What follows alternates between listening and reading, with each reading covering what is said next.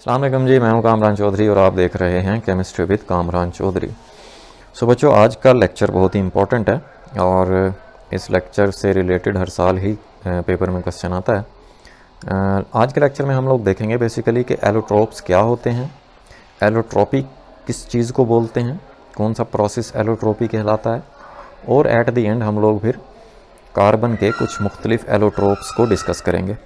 ठीक है, लेक्चर आपने पूरा देखना है, एक एक चीज़ क्लियर करूँगा, बहुत अच्छे से आपको हर चीज़ समझ आ जाएगी। ठीक हो गया, तो चलते हैं आज के लेक्चर की तरफ। सबसे पहले हम लोग क्वेश्चन की स्टेटमेंट देखेंगे कि क्वेश्चन की स्टेटमेंट कैसे बनकर आती है, एंड देन फिर हम उसके सोल्यूशन की तरफ जाएंगे। ठीक हो गया, तो बच्चों सबसे पहले हम लोग क्वेश्चन की स्टेटमेंट देख लेते हैं कि क्वेश्चन कैसे बनकर आता है। क्वेश्चन कुछ यूँ बनकर आएगा कि व्हाट आर एलोट्रोप्स, एलोट्रोप्स क्या होते हैं, व्हाट इज़ एलोट्रोपी, एलोट्रोपी किसे कहते हैं, and explain allotropes of carbon, और कार्बन के आपने एलोट्रोप्स को एक्सप्लेन करना है। ठीक हो गया, तो चलते हैं इसके सोल्यूशन की तरफ। अब सोल्यूशन में सबसे पहले हम लोग देख लेते हैं कि एलोट्रोप्स होते क्या हैं। Allotropes are different forms of the same element that exist in the same physical state but have different structures and properties. अब एलोट्रोप्स क्या होते हैं? एक ही एलिमेंट की डिफरेंट शक्लें, मुख्तलिफ शक्लें, that exist in the same physical state, जिनकी फिजिकल स्टेट भी सेम हो, एक ही हालत हो।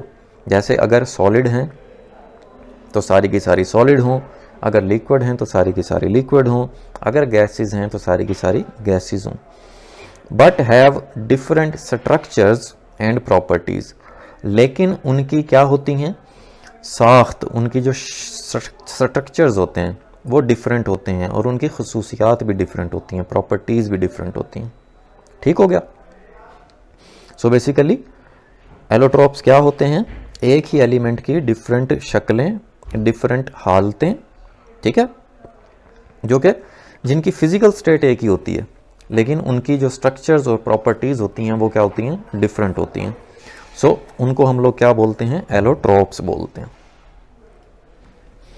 अब एग्जाम्पल के तौर पे मैं आपको बता देता हूँ, यानी हाउ, ये हम आगे डिटेल में डिस्कस करते हैं, लेकिन एग्जाम्पल के तौर पे मैं बता देता हूँ कि carbon has different forms like diamond and graphite. अब जो डायमंड और ग्रेफाइट होता है ना, ये मैंने आपको उनके एटम्स की अरेंजमेंट, उनके स्ट्रक्चर्स दिखाए हुए हैं यहाँ पे, डायमंड और ग्रेफाइट के। जो डायमंड और ग्रेफाइट होता है वो बेसिकली कार्बन ही होता है। डायमंड भी कार्बन होते हैं, कार्बन के एटम्स होते हैं, और ग्रेफाइट भी कार्बन के एटम्स आपस में जुड़े हुए होते हैं।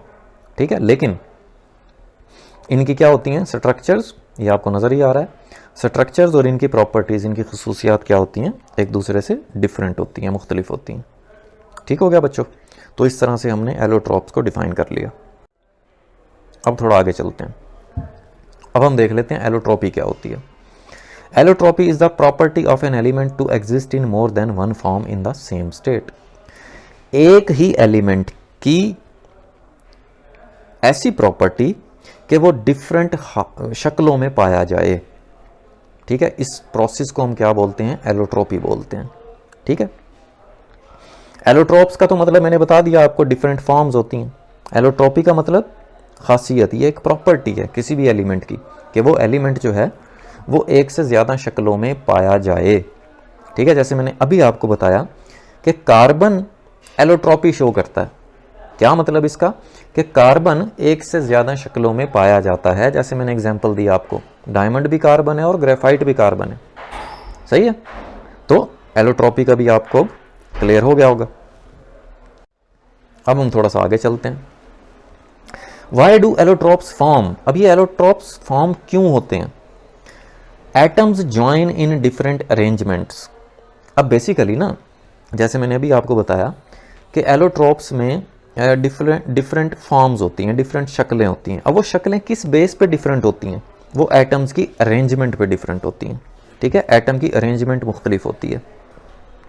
मैं आपको ना यूँ एग्जांपल दे सकता हूँ, जैसे देखो डिफरेंट तरह की आप बिल्डिंग्स देखते हो, ऐसे ही है ना, डिफरेंट डिज़ाइंस की।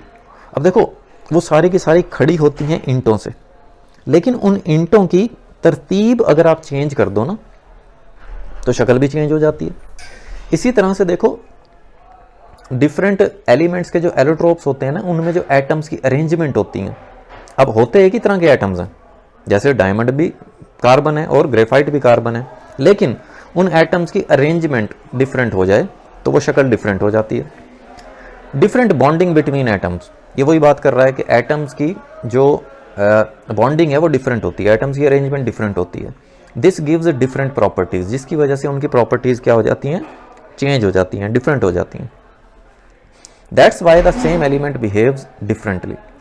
ठीक है, किस वजह से एक ही एलिमेंट जो है वो मुख्तलिफ तरीके से बिहेव करता है, उनके अंदर जो एटम्स की अरेंजमेंट होती है वो डिफरेंट हो जाती है। क्लियर होगी ये चीज? चलो थोड़ा और आगे चलते हैं। अब हम देख लेते हैं एलोट्रोप्स ऑफ कार्बन को। Carbon has many allotropes but the most important are, सबसे पहले है डायमंड। डायमंड भी बेसिकली कार्बन ही है। ठीक हो गया, इसको थोड़ा डिटेल में देख लेते हैं। डायमंड जो होता है वो वेरी हार्ड सब्सटेंस, बहुत सख्त होता है। Each carbon atom is bonded to 4 other atoms. Diamond में एक कार्बन एटम जो होता है वो फर्दर 4 कार्बन के एटम्स से जुड़ा हुआ होता है। Forms a strong 3D network, ये एक 3D स्ट्रक्चर होती है। ठीक है, डज नॉट कंडक्ट इलेक्ट्रिसिटी, ये बहुत अहम पॉइंट है, ये MCQs भी आता है पेपर में। ठीक है, कि कौन सा जो कार्बन का एलोट्रोप है वो इलेक्ट्रिसिटी कंडक्ट करता है और कौन सा नहीं करता, इस तरह से क्वेश्चंस आ जाते हैं। तो जो डायमंड होता है ना वो इलेक्ट्रिसिटी कंडक्ट नहीं करता। अब यूज़ क्या है? ऑब्वियस ही बात है, डायमंड को ज्वेलरी में यूज़ करते हैं आप, या कटिंग टूल्स के तौर पे भी आप डायमंड को यूज़ करते हैं, जैसे शीशा वगैरह, ग्लास वगैरह की जो कटिंग होती है, ठीक है, उसमें आप इसको यूज़ करते हैं। सही हो गया, तो इतना आप लिख दोगे। नेक्स्ट जो एलोट्रोप है कार्बन का वो कौन सा है? वो है बेसिकली ग्रेफाइट। ठीक है, अब ग्रेफाइट को थोड़ा सा डिटेल में देख लेते हैं। ग्रेफाइट क्या होता है? Soft and slippery. ये कंपैरेटिवली डायमंड, ग्रेफाइट सॉफ्ट होता है, डायमंड बहुत सख्त होता है, और स्लिपरी होता है, ये फिसलन वाला होता है। Each carbon atom is bonded to 3 atoms. अब ग्रेफाइट में एक कार्बन का एटम 3 दूसरे कार्बन के एटम के साथ जुड़ा हुआ होता है, जबकि डायमंड में एक कार्बन का एटम 4 दूसरे कार्बन के एटम्स के साथ जुड़ा हुआ होता है। समझ आ गई? It forms layers that can slide. अब ये देखो, ये ग्रेफाइट की ना, ग्रेफाइट के स्ट्रक्चर में कार्बन के एटम्स की लेयर्स बनी हुई होती हैं जो एक दूसरे के ऊपर स्लाइड कर सकती हैं। मतलब जब आप इसको हिट करोगे तो ये स्लाइड कर जाते हैं एक दूसरे के ऊपर।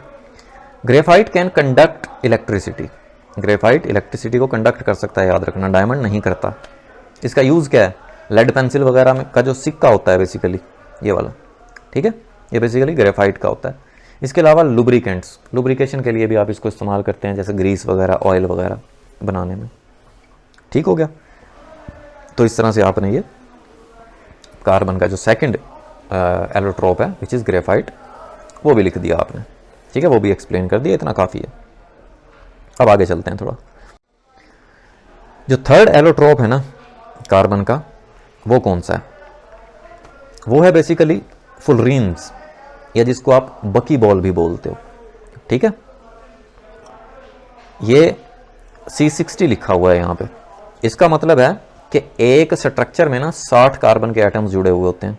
वो थोड़ा डिटेल में आगे डिस्कस करते हैं।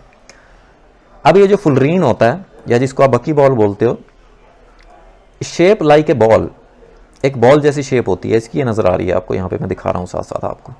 ठीक है, made of carbon atoms in hexagons and pentagons. 6 कोनों वाली और 5 कोनों वाली इसके अंदर अरेंजमेंट होती है कार्बन के एटम्स की। सही है,